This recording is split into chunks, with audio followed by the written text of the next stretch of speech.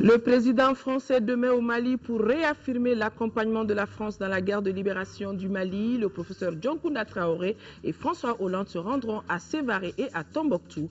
Hollande est porteur de messages forts à l'endroit du peuple malien. Situation de guerre, les ou hiérarchie d'Abuja. Coupe d'Afrique des Nations, les Aigles promettent une belle prestation au peuple du Mali. Demain, ils affronteront les Bafana d'Afrique du Sud, pays organisateur. Le moral est tout simplement au beau fixe. Nous sommes vendredi, premier jour du mois de février. Mesdames et messieurs, bonsoir et bienvenue dans cette édition. Une édition que nous ouvrons par cette visite du président français François Hollande dans notre pays. Le président François Hollande effectue donc demain une visite de travail et d'amitié dans notre pays. À son arrivée à Sévaré, il sera accueilli par le président de la République par intérim, Dioncounda Traoré. Ibrahim Traoré nous fait le point de cette visite. Le président français est attendu ce samedi au Mali. François Hollande sera accueilli à Sévaré à sa descente d'avion par le président de la République par intérim, professeur Dioncounda Traoré. Le président français sera accompagné de 3 ministres. Laurent Fabius pour les affaires étrangères, Jean-Yves Le Drian pour la défense et Pascal Canfin chargé du développement. La visite conduira les 2 chefs d'État français et maliens à Tombouctou. Sur place, ils rendront visite aux troupes franco-maliennes avant de se rendre à la mosquée Djingarébert et au centre Ahmed Baba. Les 2 chefs d'État regagneront Bamako à la mi-journée pour un déjeuner de travail et pour un tête-à-tête. Le président Traoré et Hollande procéderont enfin au dépôt de gerbes de fleurs au monument de l'indépendance. François Hollande quitte la capitale malienne dans la soirée. Ibrahima Traoré est notre envoyé spécial pour cette visite de François Hollande dans notre pays. Après la libération des villes de Kona et de Gao, flashback sur la libération des villes de Douanza, Ambori, Bani et Gossi, des villes en liesse et des populations enthousiastes, mais qui se souviennent encore des exactions du MNLA. Envoyés spéciaux Moussa Arimeiga et Aliou Touré. De Douanza à Gossi, en passant par Boré, Hombori, voilà les populations sorties en masse pour saluer la libération de leur territoire natal des mains des terroristes du MNLA par l'armée malienne. Vraiment, nous sommes satisfaits et puis la liberté n'a pas de prix. On avait mal dans notre peau, dans notre chair, notre dignité était bafouée. Mais aujourd'hui, grâce à l'armée malienne, grâce à la France, nous disons merci à Dieu et merci à tous ceux qui ont contribué par rapport à notre libération aujourd'hui. La présence, le retour du préfet à Douanza signifie vraiment que notre armée a accompli ses devoirs. Et je crois que l'armée a montré par le travail, par sa ils ont leur serment de verser leur dernière goutte de sang pour libérer le pays et je pense que c'est ce que l'armée malienne a fait. Douanza, les populations de Douanza, que ce soit les élèves, que ce soit les enseignants, que ce soit toute la population de Douanza, tout le monde est content. On ne peut même pas estimer les degrés d'honneur que nous avons su ici à Douanza. Quand l'armée malienne est arrivée ici, nous on avait rêvé, on pensait que ce n'est pas l'armée. Mais après avoir regardé les véhicules 1, 2, 3, on a vu une colonne de véhicules avec des Français. Là, on était vraiment dépassés. On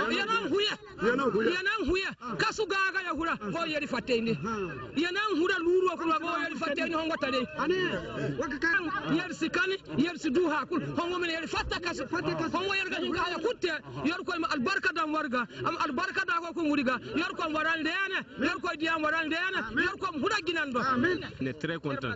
On est avec le Mali. Vive le Mali. Vive la France. Voilà.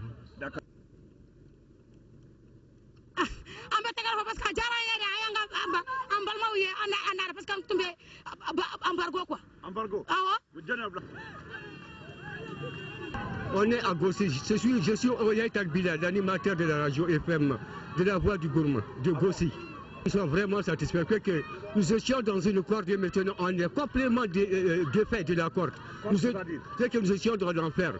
Donc, battement des mains, des coups de cravache. Qui vous faisait ça?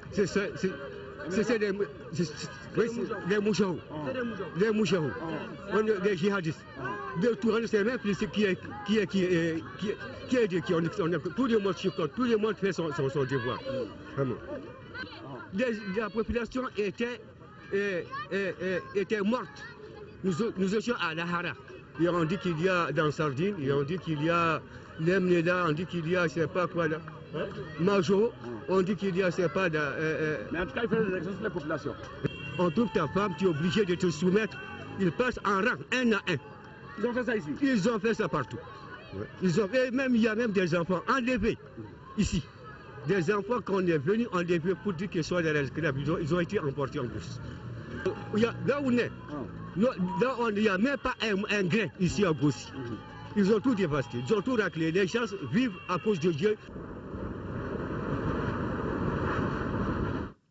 Oui, à Tombouctou, une autre ville libérée, la vie reprend de plus en plus la baie, sous une haute surveillance des militaires maliens qui organisent des patrouilles de nuit comme de jour. Des militaires maliens, vous allez les voir dans ce reportage, qui ont découvert des armes et des munitions abandonnées par les terroristes. On fait le point avec Sidiki Dambélé. Changé dans Tombouctou. On n'a plus le droit de fumer. À Tombouctou, les islamistes n'ont pas eu le temps de fuir avec bagages, armes et munitions. Du matériel de combat qu'ils avaient dissimulé dans des boutiques et autres coins de la ville. Un arsenal de guerre retrouvé et exposé ici par nos militaires. Des armes qu'on a reçues avec eux, c'est des munitions. Mais ils pensent qu'eux, ils ont des... Mais nous, on a plus que ça. On a plus que ça. Même Bambolo, au Kafarin, nous détaillons. Nous, nous, même Bambolo, à Kaboni, à Kadjania, nous détaillons. Mais nous aussi qui engagés plus que ça même. Tombouctou est sous haute surveillance. Des patrouilles sont organisées en permanence. Du matériel et du renfort arrivent presque tous les jours. Rassurés, les populations commencent à vaquer normalement à leurs occupations. La vie reprend de plus belle dans la ville sainte. Aujourd'hui, nous sommes très heureux et très émus de voir la population acclamer l'arrivée de l'armée. Surtout aussi, ce qui m'a marqué, j'ai compris que l'armée a renoué avec sa population. Cela est très important. Franchement, avec l'appui des forces françaises, je profite de l'occasion pour remercier la France pour son soutien franchement prompt aux côtés de ses forces maliennes. Ici, l'engagement des militaires maliens est sans faille et leur leitmotiv aussi. Le Mali est un et indivisible. Restons à Tombouctou, où les fidèles musulmans de Tombouctou n'ont pas pu célébrer Maouloud cette année comme ils le faisaient à cause justement de l'occupation de la ville par les terroristes et du manque d'électricité. Une situation que regrette fortement l'imam de la mosquée de Sankoré, Baba Sekou Cissé, appelle les bonnes volontés à s'investir pour que cette ville soit dotée rapidement des commodités comme l'eau potable et l'électricité. Il est au micro de notre correspondant à Tombouctou, Moulay Chérif Haïdara. Nous n'avons pas le temps de pouvoir faire quoi que ce soit cette année puisqu'on était sous occupation. On était occupé par des gens qui ne veulent même pas entendre parler de Maouloud. Nous avons eu quelques rencontres avec eux pour bien faire ce Maouloud, mais il n'en a pas question. Ils ne voulaient pas. Mais Tombouctou était libéré à un moment, non? Effectivement, la libération de Tombouctou a coïncidé avec la rentrée des troupes. Et il y avait l'état d'urgence. Et l'État aussi a décrété dire de ne pas faire le Maouloud dans l'opulence ou bien quoi que ce soit. Sinon, ce n'est pas la manière dont Tombouctou fait le Maouloud. Tout le monde le sait, le monde entier le sait. Hein? Qui dit de ne pas faire l'éloge du prophète Mohammed, je ne sais pas qu'est-ce qu'il faut faire en plus. Et puis il n'y a pas d'électricité. L'électricité, nous n'avons ça que le matin à partir de 8 h à midi. Et nous, nos lectures se basent sur la nuit. Hein? De 23 h jusqu'à 4 h du matin. Donc vraiment, il n'y avait pas les conditions qui sont là pour faire quoi que ce soit. Situation de guerre dans notre pays, un important contingent nigérian positionné depuis hier matin à Banamba. Ces hommes sont en appui à l'armée malienne dans la lutte contre les djihadistes. La troupe a eu la visite d'une importante délégation du Nigeria avec à sa tête le chef d'état-major général des armées du Nigeria. Compte rendu de Seydou Traoré. C'est un dispositif de sécurité bien fourni qui veille désormais sur le secteur de Banamba, situé à quelques dizaines de kilomètres de la Mauritanie. En effet, la ville de Banamba vient de recevoir le premier contingent des 650 hommes qui doivent être déployés dans la zone. Dès leur arrivée, la délégation a eu la visite du chef d'état-major général des armées du Nigeria qui est venu constater l'opérationnalisation de la troupe. En visitant le QG de la troupe nigériane installée à l'entrée de Banamba, le chef d'état-major général et son équipe ont pris bonne note des besoins des hommes en attendant l'arrivée du reste des contingents. Les troupes nigériennes sont là. On a connu le problème du Mali, la crise malienne depuis le commencement. C'est pourquoi les États africains ont décidé d'envoyer des troupes pour sauver le Mali. Et c'est pourquoi les troupes nigériennes se sont installées ici pour assurer, pour voir que les terroristes n'avancent pas vers les Bamako. Et soyez assurés qu'ils sont là pour vous protéger. Pour l'ambassadeur du Nigeria, l'engagement de son pays confirme la solidarité de la CEDEAO et de l'Afrique. Le Nigeria est là en tant que frère et ami et en tant que membre de la CEDEAO, et que la CEDEAO a décidé, compte tenu de la crise malienne, qui est surtout la crise africaine. Aujourd'hui à Banamba, c'est les drapeaux nigérians, français et maliens qui flottent dans la ville, des signes de reconnaissance des populations. Des contributions continuent de tomber à l'endroit de nos forces armées de sécurité et de défense. 40 millions de francs CFA ont été remis hier au ministre de l'économie, des finances et du budget. Cette remise est l'œuvre du groupe CIRA, du secteur de la microfinance et du personnel du contrôle financier. Fademba Keïta a suivi cette cérémonie de remise. Le premier chèque reçu par le ministre Tiena Coulibaly s'élève à 15 millions de francs CFA. C'est un geste du collectif des ressortissants du Nord-Coréen. Nonobstant les temps qui sont difficiles, qu'il fallait accompagner le gouvernement en apportant cette modeste contribution.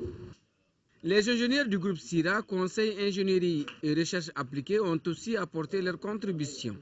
Au nom de la direction générale de CIRA Ingénieurs Conseil, de venir vous remettre notre contribution composée d'un chèque de 10 millions.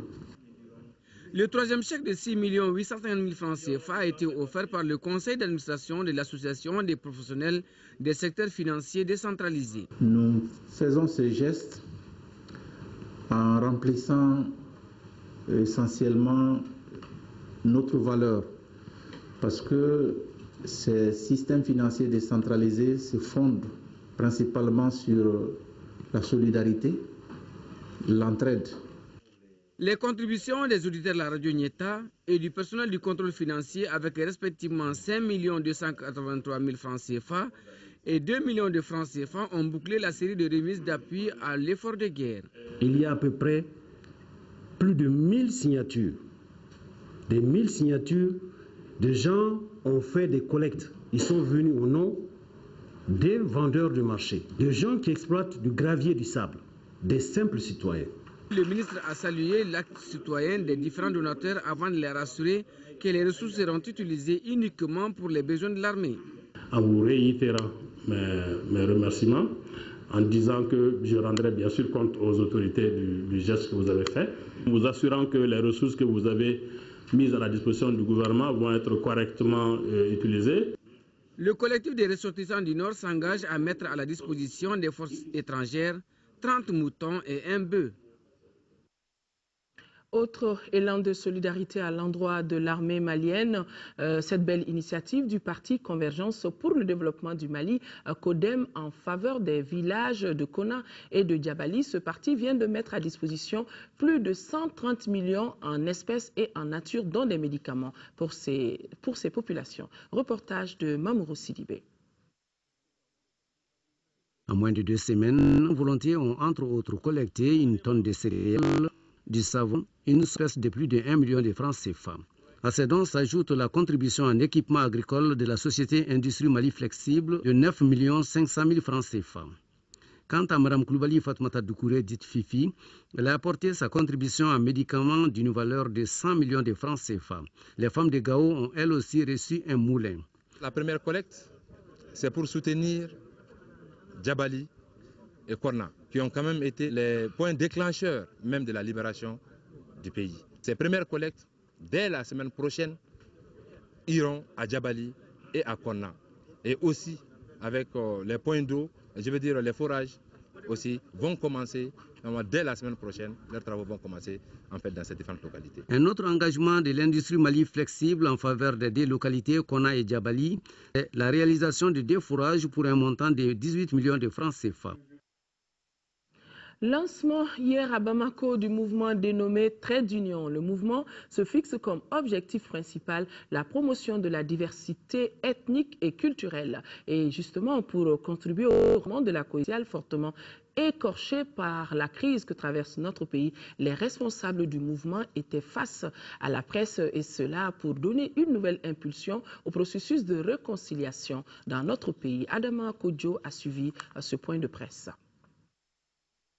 Trait d'Union, c'est le nom du mouvement qui vient d'être créé. Le mouvement apolitique entend contribuer à l'apaisement du climat social entre les communautés pour une paix durable dans le pays.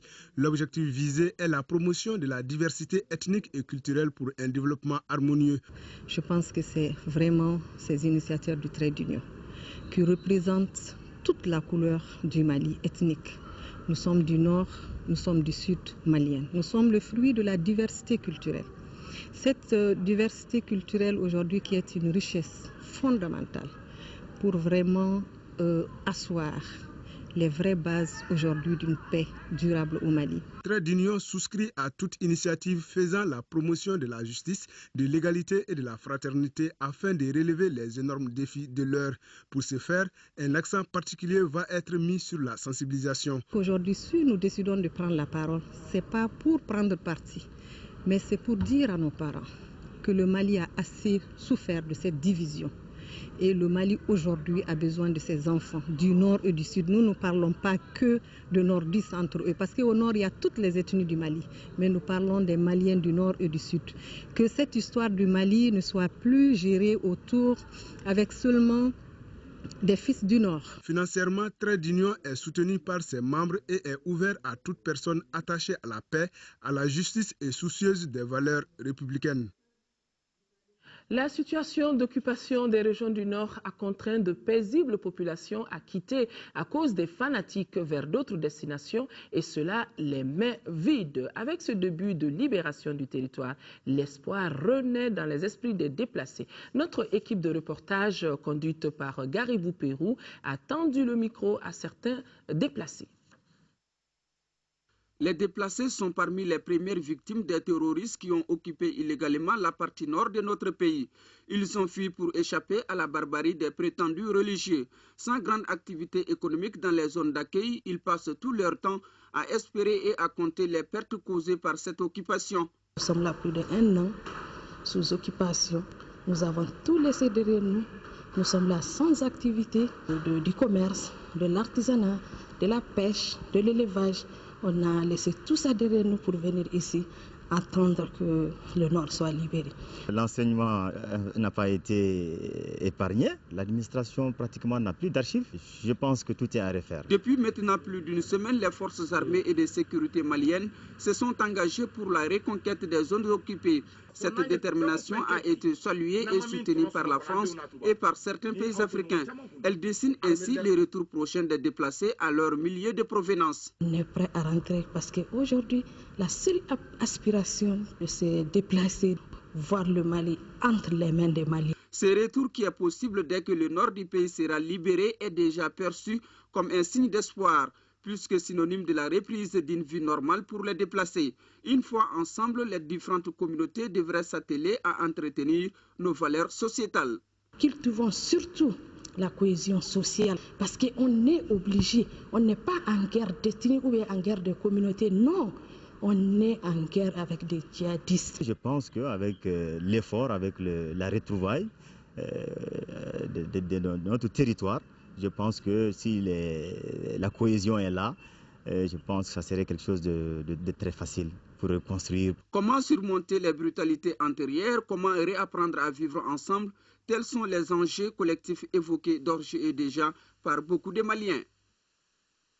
Demain, 2 février, c'est la journée mondiale des zones humides. Notre pays, à l'instar de la communauté internationale, célébrera cette journée sous le thème « Les zones humides et la gestion de l'eau ». À l'occasion de la commémoration de cette journée, le ministre de l'Environnement et de l'Assainissement lance un appel. Des propos recueillis par Nyanya Aliou Traoré.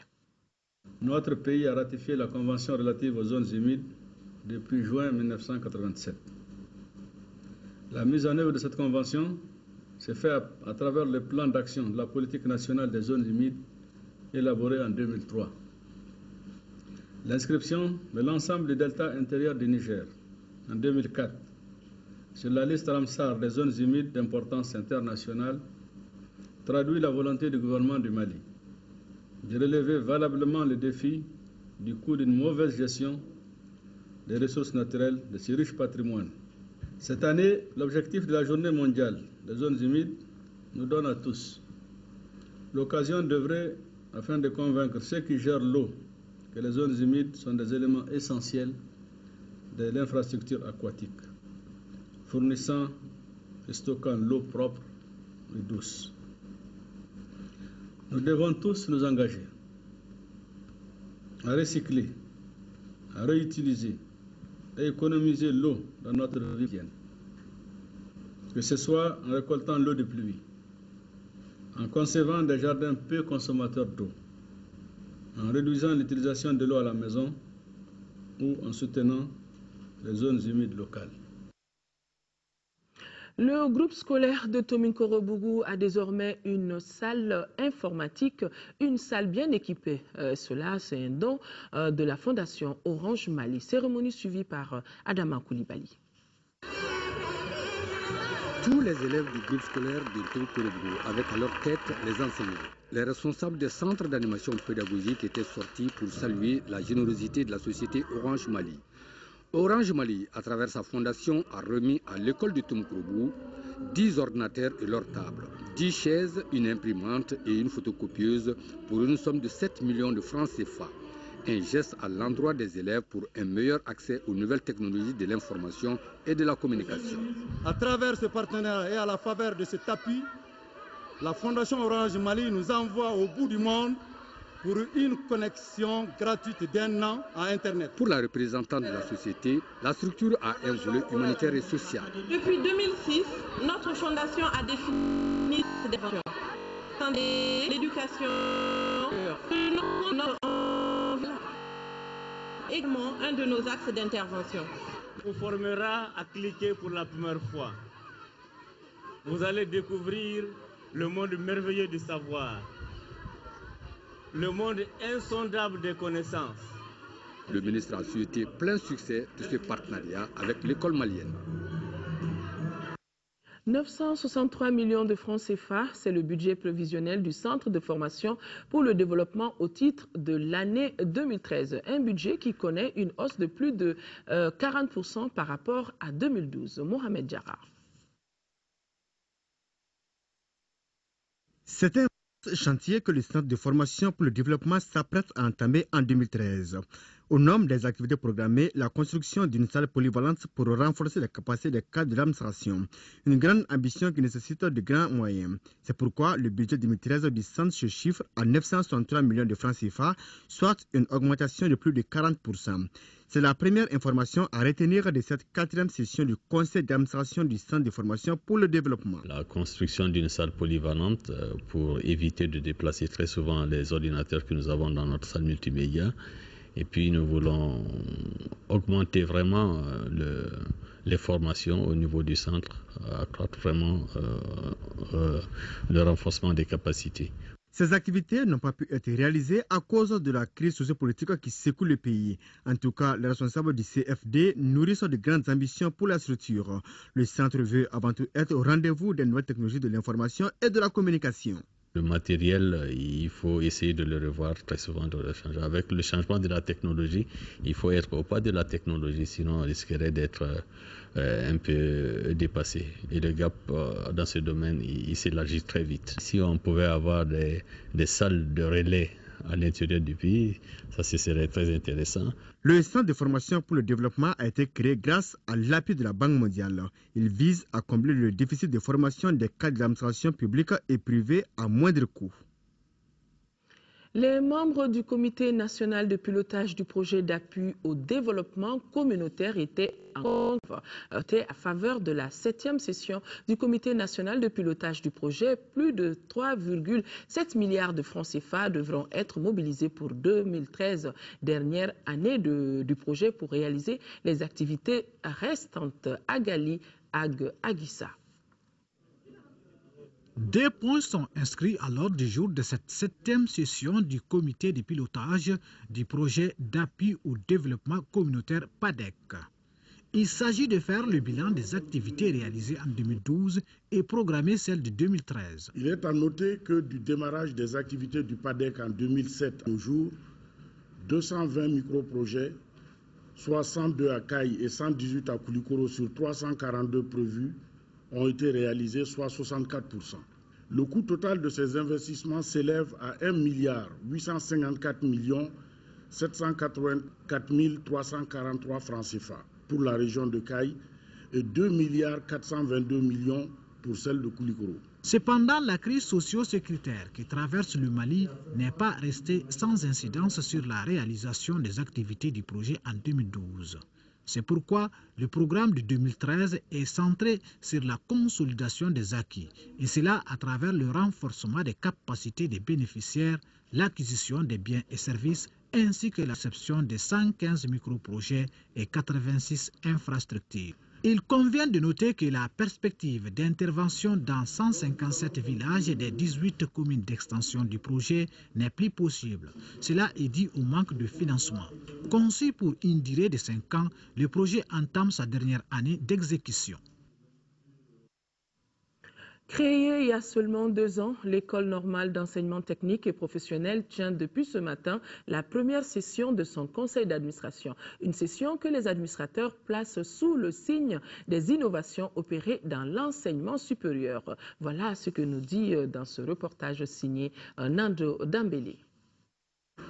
Ayant vu le jour le 4 août 2010, l'École normale d'enseignement technique et professionnel se présente comme la sœur jumelle de l'École normale supérieure. Elle contribue à ce titre à améliorer l'enseignement technique et professionnel par la mise à disposition de professeurs d'enseignement technique de qualité. C'est du moins la vision des administrateurs de cet établissement.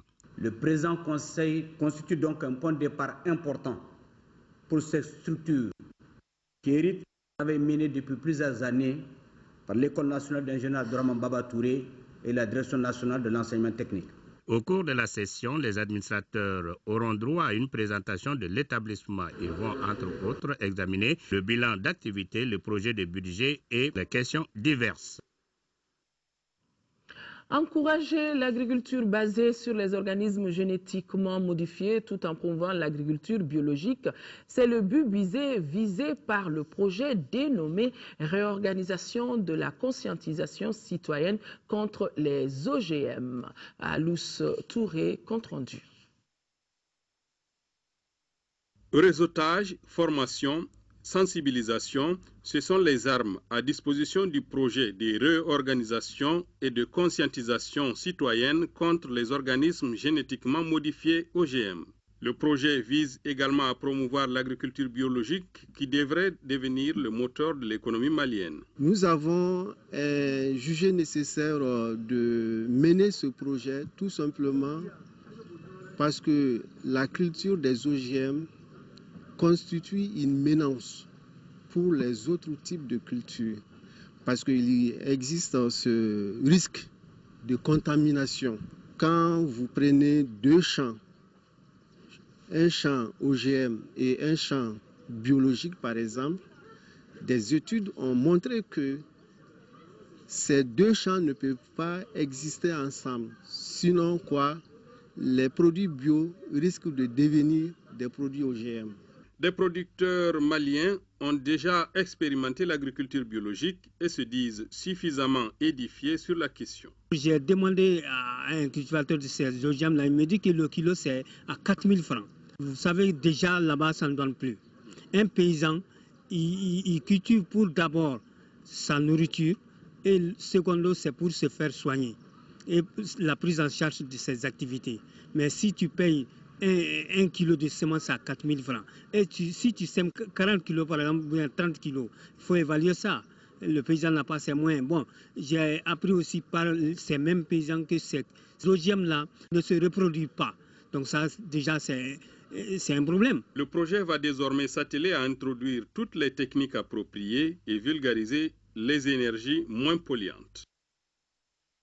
La vieille cité religieuse de Nioro du Sahel, sous la houlette du shérif, a célébré mercredi dernier le Mawloud, fête anniversaire du baptême du prophète Mohammed, paix et salut sur lui. L'événement qui s'est déroulé dans la plus grande simplicité a enregistré la présence des autorités politiques administratives locales et de plusieurs musulmans venus de tous les coins du cercle et environ. Nioro, nous retrouvons le reportage de Moussa Diakité.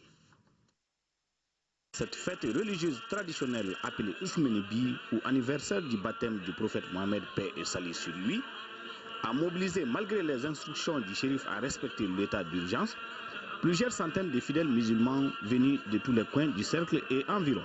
Nous lançons un appel à tous les Hamalis de fêter dans le calme et dans la sérénité et de faire des bénédictions pour notre pays, pour que notre pays puisse retrouver la place qui lui revient. Le shérif de Nioro, appelé Mouye, a demandé aux Hamalis de persévérer dans la voie de la paix, l'unité et la tolérance religieuse avant de faire beaucoup de bénédictions pour la paix au Mali, en Afrique et dans le monde. Comme toutes les fêtes religieuses, l'édition 2013 du Mawloud était animée par des chants religieux, des invocations d'Allah, le Tout-Puissant, le Miséricordieux. Toutes nos excuses pour la qualité parfois défectueuse du son de ce reportage.